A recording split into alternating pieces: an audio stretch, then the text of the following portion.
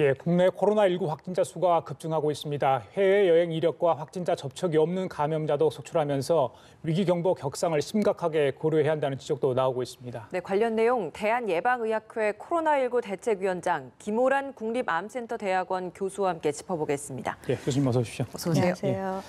어제 하루만 코로나19 확진자 수가 20여 명을 넘었죠. 오늘 벌써 또 대구에서 10여 명이 넘게 나왔고 경북에서 4명, 그래서 한 70명 안팎이 좀 될 것 같습니다. 조금 이따 이제 공식적으로 아마 집계가 될 것 같은데 일단 이렇게 많은 수가 한 지역에서 나왔단 말이죠. 이건 어떻게 해석할 수 있는 겁니다? 일단 대구 지역에서 유행이 있었던 걸로 생각이 되고요. 31번 환자로 시작된 건지 아니면 31번 환자도 공동 노출이 된 건지는 좀 더 조사가 필요합니다. 오늘 나온 4명의 환자, 그러니까 경북 지역에서만 지금 5명 의심 환자 중에 4명이 확진 판정을 받았습니다. 그 환자들의 좀 사항을 좀 살펴보고 싶은 것이 31번 환자와 접촉이 됐는지 그리고 해외 여행 이력이 있는지 이런 것들이 아직 정확하게 밝혀지지 않고 있지 않습니까? 근데 31번 환자가 그 지난번에 퀸벨 호텔에서 점심 식사, 결혼식이 있어서 점심 식사를 한번 한 적이 있었습니다. 이 부분에 있어서 연관고리를 좀 의심해볼 대목이 있겠습니까? 그렇습니다. 아무래도 지금까지 나온 환자들의 접촉 현황을 보면 이제 가족이라든지 같이 식사를 한 지인이라든지 이렇게 밀접하게 접촉한 사람이 대부분이었기 때문에 31번 환자가 결혼식에서 가까운 지인들을 만나서 같이 식사를 했다고 한다면 충분히 전파 가능성이 있습니다.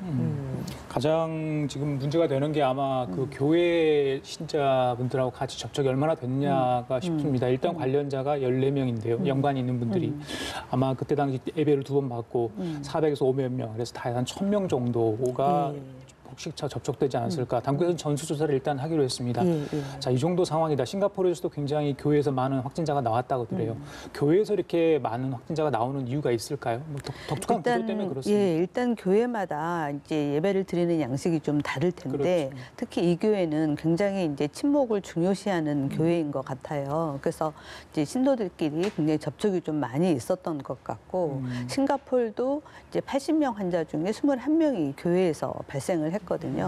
그리고 또 교회라는 이제 건물의 특성이 굉장히 다중이 이용하는 시설임에도 불구하고 극장이나 이런 데처럼 다중 이용 시설로 지정이 안 되어 있다 보니까 환기 시설이라든지 이런 부분에 대한 이제 점검이나 규정이 좀 없는 것도 이번에 좀 짚어봐야 될 부분인 것 같습니다. 중요한 말씀인 것 같습니다. 이 보건당국이 어제 신천지 대구교회 슈퍼 전파 사건이 발생했다라고 이야기를 했는데 이건 어떤 의미라고 좀 봐야 되는 겁니까?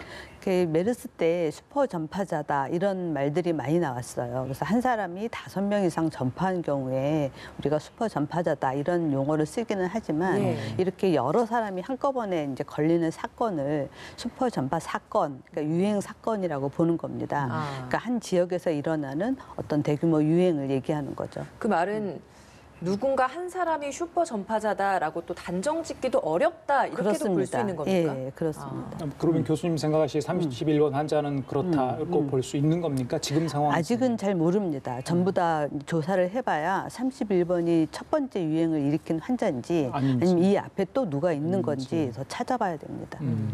그 어젯밤 늦게 청도에서 2명의 확진자가 발생을 했어요. 한 달 사이에 병원 밖으로 나간 적이 없다고 합니다. 특정 병동에 계속해서 치료를 받는 상황이었다고 해요. 그렇다면 왜 감염이 됐을까? 혹시 의료진 분들이 외출 바깥 왔다 갔다 하면서 다른 지역과 다른 분들과 접촉이 돼서 들어온 거 아닌가? 이런 뭐 추측도 가능할 것 같은데 어떻게 보십니까? 아마도 좀 더 조사를 해봐야 되겠지만 대부분의 환자들이 저희가 역학조사를 해보면 처음에는 자기가 만난 사람에 대해서 전부 다 이야기하는 거를 굉장히 두려워합니다. 왜냐하면 그분들한테 이제 피해를 준다고 생각하기 때문에 그러는 거거든요. 근데 사실은 자세히 이야기를 해줘야 그분들을 보호할 수 있고 더 많이 확산돼 나가는 것을 빨리 막을 수가 있습니다. 그래서 일반 시민들도 환자가 나올 때 그 환자를 비난하면 절대 안 되고요. 그 환자를 지지해주는 마음이 있어야 확진자들도 마음 편하게 자기가 접촉한 사람들을 이야기할 수가 있습니다. 중앙사고대책수습본부에서 오늘 하루 신규 확진자가 31명 추가됐다라고 밝혔습니다. 밝혔습니다. 총 82명으로 확대된 거고요. 이 중에 30명이 대구 경북 지역에서 확진 판정을 받았고 1명은 서울입니다. 그리고 이 30명 중에서 23명이 31번 환자와 연관이 있는 걸로 밝혀졌습니다. 신천지 예수교회와 관련성이 있다라고 합니다. 예, 자 지금 나온 내용을 중심으로 교수님께 좀 여쭤보겠습니다. 잠시 후에는 대구시청에서 이 관련해서 또 브리핑이 있다고 합니다. 저희들이 들어오는 대로 현장을 좀 연결해 보도록 하겠습니다. 일단 82명으로 늘었습니다. 방금 우리 김나연 앵커가 이야기를 했지만 이 중에 또 교회 관련된 분이 23명이 있다고 합니다.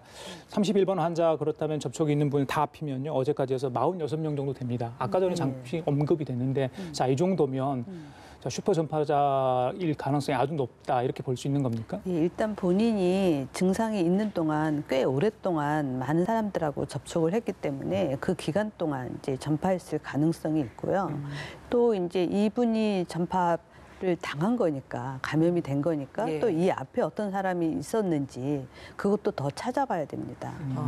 감염원을 지금 찾기가 굉장히 좀 어려운 상황이잖아요. 그렇습니다. 그럼 지금 예. 이 상황에서 할 수 있는 방법은 뭡니까?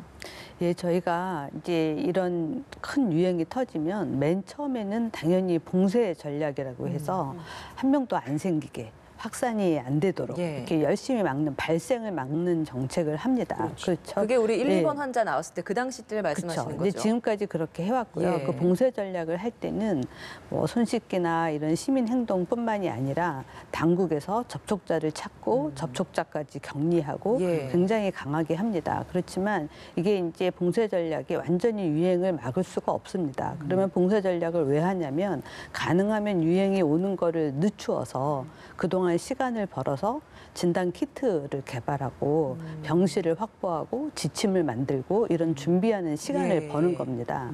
그리고 우리 앞에서 이미 싱가포르, 일본이 지역사회 유행이 지금 보고되고 있잖아요. 그렇습니다. 그걸 보면서 우리는 오긴 오겠지만 거기보다 조금이라도 늦춰야 된다 하는 생각으로 지금까지 진행해 온 거고요. 예. 이제 우려하던 바가 지금 나타났는데 그러면 전략 수정이 조금 필요합니다.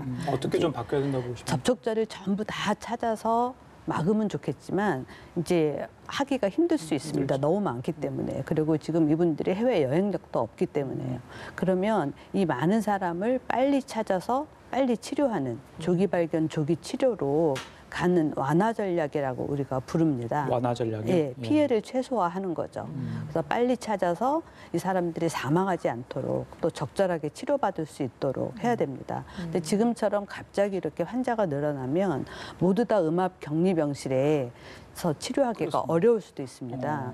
그러면 의료진들이 빨리 환자들의 상태를 분류를 해야 됩니다. 경증 환자와 중증 환자. 또 기저질환이 있는 환자 이렇게 분류를 해서 경증 환자는 중소병원이나 아니면 정말 의료 수준이 안 된다면 집에서 돌볼 수도 있습니다. 그렇게 하고 중증 환자는 이제 상급병원에 가야 되죠. 그래서 환자 수에 따라서 어디서 누가 환자를 치료할 것인지 결정을 하고 이거 조정을 해야 됩니다. 앞서서 처음에 이제 봉쇄 작전으로 이제 준비를 한다라고 하시면서 그 방법은 충분히 확실하게 차단할 수는 없지만 일정 부분 준비를 위한 시간을 버는 것이다라고 그렇습니다. 말씀해 주셨어요. 예. 그러면 지금 이렇게 지역 사회로도 확산될 수 있을 가능성을 정부 당국도 충분히 좀 예상을 하고 그렇습니다. 거기에 대해서 사전 예. 준비를 좀 하고 있었다. 그래서 예. 거기에 대한 절차를 지금 진행하고 있다라고 봐도 되는 겁니까? 예, 그렇습니다. 예. 근데 대구 지역에서 지금 이렇게 한 번에 갑자기 좀 많이 폭증을 하다 보니까 거기에서도 지금 이 음압 병동도 좀 많이 부족한 실정이라고 하거든요. 그럼 이 부분은 그렇습니다. 어떻게 좀 대처를 해야 되는 겁니까? 지금 음압 격리병실이 지금 많이 부족한 것 같고요. 예. 사실은 메르스 때 정말 음압 격리병실이 부족해서 그 이후에 많이 늘린 겁니다. 지금 우리나라에서 전부 다 찾으면 이제 격리병실이 한 1,000개 가까이도 가능합니다. 그렇지만 격리병실에 환자만 들어가는 게 아니라 이제 검사를 하고 결과를 기다리는 의심자까지도 들어가게 되다 보니까 이제 병실이 모자라는 거거든요. 예. 그래서 그런 이제 조정을 좀 해야 되고 지금 우리나라가 이제 메르스 때 병원 감염이 발생했기 때문에 병원에서 감염을 줄이는 많은 대책을 시행을 했습니다. 예. 그렇지만 지역사회에서 이런 유행이 일어났을 때 지자체 수준에서 대처할 수 있는 능력, 공공기관, 공공의료기관의 수준, 그다음에 규모 이런 것들이 아직 많이 부족합니다. 그래서 이번 기회에 이런 부분을 찾아서 각 지자체에서 감당할 수 있을 만한 수준으로 좀 업그레이드하는 것이 필요합니다. 그렇다면 음압병실이 부족하면 인근 권역으로 이동을 다 시켜야 되는 겁니까? 좀 여유가 있는 곳으로? 예, 그것도 가능하고요. 지금 이제 대구 의료원이 있습니다. 그러니까 대구 의료원 같은 공공의료기관의 일정 부분을 이제 신종 코로나 전용 병원으로 전용 분류해서 병원? 예. 환자들을 많이 집중 케어하는 그런 방법으로 갈 수도 있습니다. 거기서는 지금 좀 소화할 수 있는 규모가 되나요? 일단 이제 현재 환자를 다 보고 있잖아요. 예. 그 환자들을 다른 병원에서 받아줘야 됩니다. 그래야지만 병실을 비우고 거기서 이제 코로나 환자를 볼 수 있거든요. 예. 그래서 지역에서 다른 병원들도 서로 협조하고 지원을 해주셔야 됩니다. 예, 알겠습니다. 좀 정리를 해보면 지금까지 총 82명의 확진자가 이 시간 현재까지 나왔습니다. 교수님 말씀에 따르면 일단 조기 발견, 조기 치료, 그리고 병원의 이원화, 경증과 중증 환자 구분을 해야 되고 코로나19 전용 병원을 좀 지금 시간에 좀 만드는 부분을 좀 고려해야 된다. 이런 말씀을 정리할 수 있을 것 같습니다. 아까 중앙임상위원회에서 했던 말, 이거 국민들한테 중요하고 의료진들도 굉장히 중요한 얘기를 한 것 같아요. 초기 엑스레이 정상으로 진단 나오는 경우가 많았다. 신종플루와 증상이 구별이 안 됐다. 네. 이거 어떻게 봐야 됩니까? 이 신종 코로나가 어려운 게 우리가 처음에는 사스와 메르스 수준으로 생각했는데 네. 그거보다 증상이 너무 약한 겁니다. 근데 증상이 약한 건 좋은데 증상이 약하다 보니 사람들이 증상을 못 느끼고 돌아다닙니다.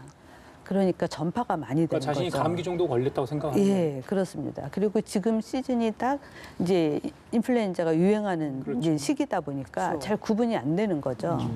그러다 보니까 더 빨리 이제 확산이 되는 그런 경향이 있습니다. 하지만 어쨌든 증상이 약하기 때문에 이제 뭐 사망하지 않을까 뭐 이런 걱정은 좀 덜 수 있고요. 아까 발표했을 때도 보니까 28명 중에 19명만 칼레트라라는 이제 HIV 치료제, 항바이러스제를 사용을 했고 9명은 사용하지 않았다고 그래요. 그러니까 그만큼 대중요법만으로도 그냥 이제 치유되는 환자들도 꽤 많이 있다는 거죠. 근데 이게 초기에 발견이 되면 그런 대증요법으로 치료를 하고 금방 회복이 가능을 한데 초기에 경미하다가 갑자기 또 심한 폐렴으로 발전한다라고 또 발표를 했거든요. 예, 이건 그럴 수 어떻습니까? 있습니다. 이 코로나 바이러스 자체가 원래 이제 그 폐 하기도에서 증식하는 그런 바이러스입니다. 예. 그래서 폐렴이 오는 병이거든요. 근데 초기에 상기도에도 증식하면서 이제 뭐 기침이라든지 콧물이라든지 뭐 두통이라든지 이런 증상이 나타나서 일반 감기랑 구분을 못 하는데 조금 지나가면 이제 폐렴으로 발전이 되는 거거든요. 예. 그래서 조기 발견이 필요합니다. 그럼 교수님 보시기에 이제 쭉 말씀을 종합하면 이미 지역사회 감염은 돼 있다. 예. 그런데 제가 듣기로 지난까지 저희들이 계속해서 이 중앙방역대책본부 발표를 브리핑할 때만 해도 아직은 아니다라는 이야기를 계속 해왔단 말이죠. 그 시점은 잘 모르겠어요. 그걸 언제 빨리 이야기를 해서 단정을 짓고 나서 거기에 맞게 대책을 해야 되는지 교수님 생각엔 지금 어떠십니까? 일단 이제 저희가 위기 단계를 관심, 주의, 경계, 심각 이렇게 올리는데요. 지금 경계 단계입니다. 맞습니다. 심각으로 올리는 거는 이제 우리나라 지역 전체에서 확산이 되고 있다. 그리고 이 병의 치명률이 굉장히 높아서 이제 심각하다라고 할 때 하는 겁니다. 근데 네. 지금 이제 유행이 일어난 지역이 대구하고 서울 이렇게 이제 한 두 군데 정도로 집중이 돼 있죠. 집중이 돼 있다 보니 이걸 전국 확산이라고 해야 될까 하는 거에 좀 고민이 있을 것 같습니다. 아무래도 빠르게 확인을 하고 본인이 조금만 경미한 증상이 있어도 검사를 해보고 확진 판정을 받으면 조기 치료가 필요할 것 같은데 예. 이 31번 환자 같은 경우에도 그렇고 경미한 증상이 있을 때에도 불구하고 의사가 그 검사를 권유했음에도 불구하고 이걸 거부를 했거든요. 근데 이 거부를 한다고 해서 강제를 할 수 있는 상황이 또 아니잖아요. 그렇습니다. 그럼 지금 이 상황 같은 경우에라면 좀 이런 부분에 있어서 좀 강제성이 그래도 필요하지 않느냐 이런 시각도 있거든요. 교수님께서는 어떻게 보십니까? 근데 그런 모든 의사가 권하는 처치를 다 강제성을 두기는 사실 어려운 상황이고요. 아마 이제 지금쯤 이런 상황이 되면 거부하는 환자는 없을 것 같아요. 그렇지만 법적으로 예를 들어서 시도지사나 보건당국이 공권력이 권고를 했을 때 거부하면 처벌하는 그런 조항이 있긴 합니다. 교수님, 어제 이 32번 환자는 11살 어린이였거든요. 네. 근데 많은 학부모님들 걱정을 많이 하세요. 개학 물론 연기되고 또 어린이 유치원 휴원하는 것도 대구도 많이 생겼다고 그래요. 그럼에도 불구하고 우리 아이는 안전할까, 내보내도 되는 건가 하는데 만약에 어린이가 감염되는 경우, 뭐 이건 세계 지금 감염된 국가에서도 아마 어린이가 어느 정도 되는지 모르겠습니다만 괜찮은 건지 어떻습니까? 이 질병의 특징이 중국에서도 발표한 내용을 보면 어린이 환자가 많지 않고 또 걸렸다고 하더라도 증상이 굉장히 경미하다 이렇게 얘기하고 예. 있어요. 중국에서 최초로 무증상 감염에 의한 전파가 있었다라고 보고한 것도 어린아이 때문에 가족이 걸렸다 이런 거였거든요. 예, 예. 그리고 지금 이 32번 환자도 자가격리 중에 이제 확진이 됐는데 계속해서 음성이 나왔는데 이제 검사를 자꾸 하다 보니까 나온 거예요. 예. 그래서 일부 임상에서는 지금 검사가 너무 민감한 게 아닌가 이제 이런 얘기도 나옵니다. 예. 23명이 이제 밤새 대구에서 확진이 됐습니다. 저희들이 아까 전에 어린이 이야기를 하지 않았습니까? 32번 환자, 예, 그렇죠? 예. 11살. 미술학원 교사 1명, 어린이집 교사가 1명이 확진이 됐다고 지금 브리핑에 들었습니다. 어린이들 발열 상황 더 세심하게 부모님들이 좀 체크를 해야 될 것 같네요, 이러면. 예, 네. 그렇습니다. 그리고 이제 우리나라가 좀 문화상 아이가 아파도 엄마가 또 부모가 직장을 나가야 되니까 아이를 어린이집에 보내는 경향이 있습니다. 근데 그거를 부모만 탓하기가 어렵습니다. 예. 사회 전체적으로 아이가 아프면 보내지 않고 부모가 직장을 결근하는 거를 용인하는 사회가 돼야 됩니다. 국가에서도 좀 그런 부분을 적극적으로 법을 만들어서 지원을 해주면 좋을 것 같습니다. 예. 사실 이것만 있는 게 아니고 어린이집에 다니면 온갖 감기와 수두와 수족구 뭐 이제 볼거리 이런 게 계속 유행하고 있거든요. 네, 지금 이런 상황에서 중국에서도 또 지금 에어로졸 전파 가능성에 대해서 처음으로 중국 정부 당국이 이걸 시인하지 않았습니까? 이 상황에서 이제 우리나라는 이 부분을 좀 어떻게 받아들여야 되는 건지 이것도 좀 정리가 메르스 필요할 것 때도 같습니다. 맞습니다. 메르스 때도 이야기가 많이 있었는데요. 예. 에어로졸 상황이 불가능하지는 않습니다. 그렇지만 항상 일어나는 것은 아니고요. 가장 위험한 곳은 병원입니다. 병원에서 중환자를 치료할 때 이제 뭐 석션을 한다든지 이러면 에어로졸 발생 상황이 생깁니다. 그래서 그런 에어로졸 발생 상황에 주의해야 되는 건 의료인들입니다. 예. 의료인들은 특별히 좀 조심을 해야 하지만 일반인들은 그렇습니다. 크게 우려하거나 예, 예. 너무 좀 공포감에 떨 필요는 없다라는 예, 걸로 좀 그렇습니다. 정리를 해보면 되겠습니다. 예, 알겠습니다. 자, 지금까지 예방의학회 코로나19 대책위원장이신 김호란 국립암센터 대학원 교수와 함께했습니다. 오늘 말씀 잘 들었습니다. 고맙습니다. 고맙습니다.